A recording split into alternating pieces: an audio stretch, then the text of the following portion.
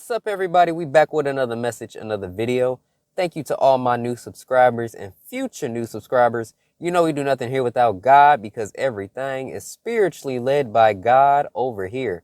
We cover the world from a spiritual and physical aspect to get the raw, real, and uncut answers. So anything you hear, anything you see in these end times, may you test the spirits, aka take the words and visuals back to prayer with God, as there are many Decepticons running around in these end times sent from the enemy, had a strong, close, and personal relationship with God. Good, great, and awesome. All right, everybody, October 2nd, 2024, on a good old Wednesday. Happy Rosh Hashanah, as it is evening on October 2nd, the beginning of Rosh Hashanah, Jewish New Year, the new. But anyway, God asked, which door will you choose? So this is what he had to say real quick, very short. This one is to my children. O my faithful church, it is my faithful children. For the gates of heaven enter your life. For your faithfulness to me reap eternal rewards. You are those who seek me diligently. Even if you do struggle, do not be led into guilt or shame, as I am always with you. Allow me to walk you into the doors I have opened up for you. So pretty straightforward, all right? But this is to the other side of those who went and opened Satan's door and just didn't heed his warnings. Woe to those who have chosen the hand of the serpent. You will soon find out the results of your actions. Straightforward and clear. And we're going to read scripture and add just a tiny piece here. Hebrews 11:6. But without faith it is impossible to please him. For he who comes to God must believe that he is, and that he is a rewarder of those who diligently seek him. You understand?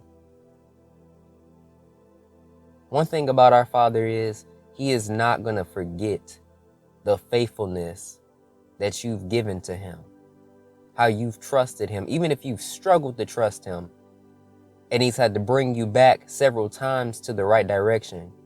You still were seeking him, right? You still ended up at the door that he had for you.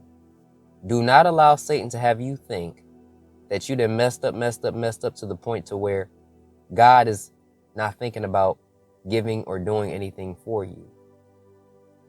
It's only those who literally won't listen to God and have opened up Satan's door that he's referring to. This stems back from the last message. Places that you're at, that you've become comfortable with over the course of months or years, whatever it might be. God is pulling you out of that because he has something better. A lot of people had to go through suffering, a lot of different things to get to where he needed them to get to. All of us go through something, but it's all to strengthen our faith in the Lord and whatever he needs to strengthen in us. Okay? And speaking of strengthening faith and God opening doors, with all this stuff happening in the world, it's October 2nd and you already got a bunch of stuff going on, right? But that's not for you to worry about. Don't worry about shortages. Don't worry about all this stuff. Do what God needs you to do, right? If he didn't tell you to do something, then don't do it because your next door neighbor doing it. When you have God, you have everything. I don't care if the whole world was short of X, Y, and Z. You gonna have X, Y, and Z supernaturally. That's where your faith needs to be in this season. Now that we are in this new year, right? You need to have faith in God. And don't just say you do. You need to mean it. You need to show it. God will provide for you.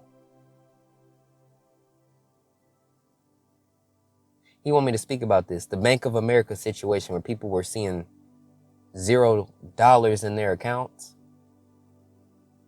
All them people work, do all this type of stuff, right? But what is that going to get you? What is a piece of paper going to get you if everything is devoted and invested into a worldly system? Nothing. You have no choice but to seek God, because it's going to come a day where those $0, that's not going to be no glitch. That's going to be the real deal. And then what? Who they going to run to? The bank. But who people need to run to is God. So those that are already ahead of the game, who have him, because we already knew everything was getting ready to happen and coming, craziness all over the place. But when you diligently seek him, you good. I'm going to keep it simple to end off this video. And before I say that, because the Lord just added, he said, do not become complacent where you are. Listen to what he's telling you when he tells you to move. It's time to go. So when he tells you to go, you go. G to the double O, go. Stop tripping and dipping, go. You understand? So I'm going to end it off here like this, very simply.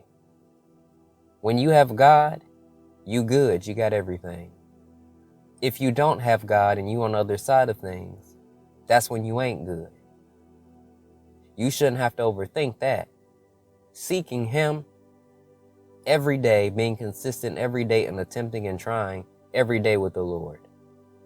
That's what we do. Because we ain't perfect. So you ain't got no business worrying about them shortages, this and that. Do what God is telling you. Because there's no such thing as shortage in the kingdom of heaven. On earth as it is in heaven. Ain't no such thing when you have God as shortage. There's abundance. But it's you that has to surrender all things to him in order for him to be able to move in your life. Don't wrestle. This ain't the time to be having a wrestling match. You're going to lose one way or another. You better just let go and let God. Peace and blessings, and I will catch y'all in the next one.